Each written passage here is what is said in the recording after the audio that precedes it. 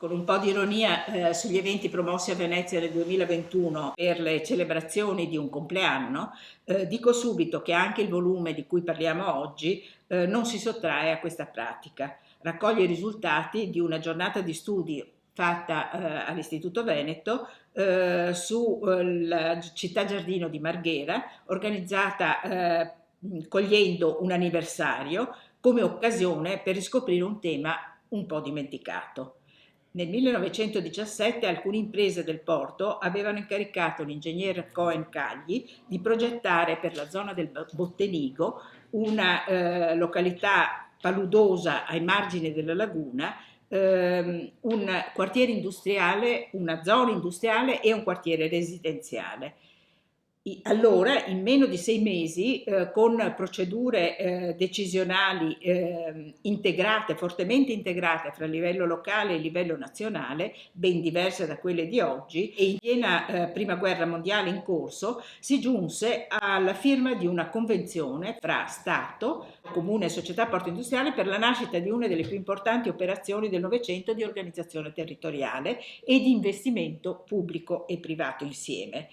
Con la delibera per l'organizzazione, la realizzazione di Porto Marghera e di un quartiere residenziale, il presidente della SADE, il presidente del Consiglio dei Ministri e il sindaco di Venezia avevano promosso la nascita del più grande polo industriale del nord Italia. Si trattava di colossali investimenti finanziari e di un grande impegno scientifico per interrare una parte delle valli meridionali della laguna e per costruire banchine portuali e fabbriche. A Venezia questa ricorrenza non è passata inosservata e una serie di iniziative sono state avviate dal Comune, ma anche a scala nazionale la data è stata ricordata con un provvedimento del MIBACT che dichiarava il quartiere giardino di Marghera di notevole interesse pubblico ai sensi del Codice dei beni culturali, trattandosi, e qui cito, di un insieme caratteristico del Novecento che testimonia una fase significativa della storia della città e delle teorie urbanistiche. Per questo esso è da sottoporre a tutela. Oggi finalmente pubblichiamo i contributi presentati a Palazzo Loredan nel 2019 che hanno discusso di scelte che hanno avuto e ancora hanno un peso assolutamente fondamentale sul futuro di Venezia. Non per caso il convegno aveva avuto una coda con la proiezione dei film di Segre e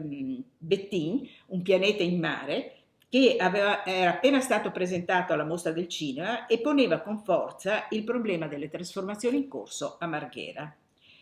La città giardino, che è il soggetto del nostro libro, era stata pensata non solo per creare un quartiere residenziale vicino al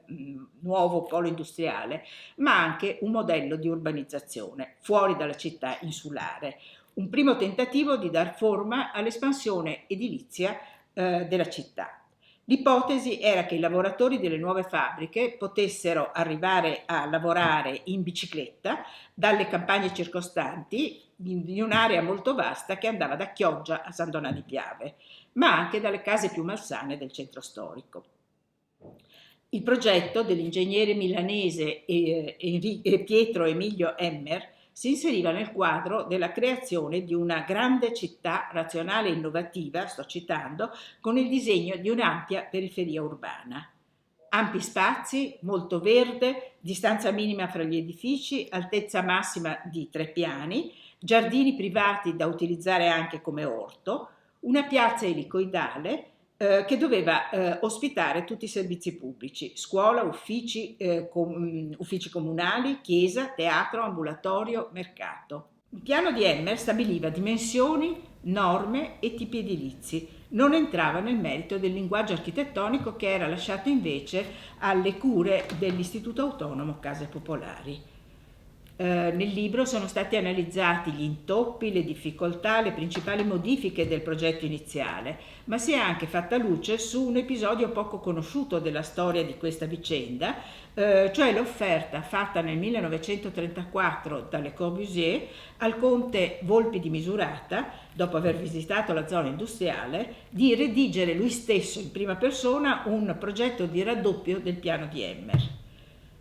Il convegno ha anche collocato il caso nel quadro di una cultura urbanistica europea che proprio nel 1919 aveva visto la nascita della città giardino di Welwyn, di Ebenezer Howard, e a 20 miglia da Londra, di Suresnes in territorio francese, di casi comparabili anche in Italia, soprattutto nelle vicinanze di Milano e di Roma.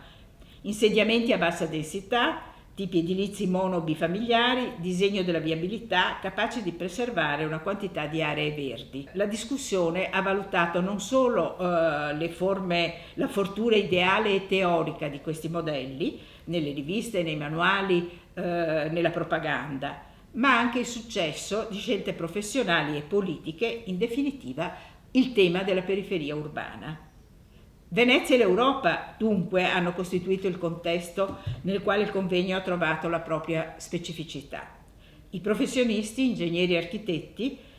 l'idea di progresso e di modernità viaria, ferroviaria, tecnologica che essi hanno proposto, gli ambiti istituzionali coinvolti, le modalità di governo della città lagunare e del suo entroterra, temi che sono oggi di straordinaria attualità. Importanti anche per capire fino a che punto l'iniziativa pubblica sia riuscita ad attrarre e a dirigere il dinamismo dei privati. Il convegno ha stabilito che studi recenti sulla crescita dell'entroterra veneziana e lo stesso M9, che teoricamente di questo si doveva in parte occupare, hanno affrontato questi temi solo marginalmente, mentre avrebbero potuto, e ancora potrebbero, farsi promotori di ricerche originali sul territorio su cui insistono. Queste trasformazioni, sicuramente emblematiche per Venezia, hanno avuto un valore e un peso importante nei processi di modernizzazione dell'intero paese nel corso del Novecento.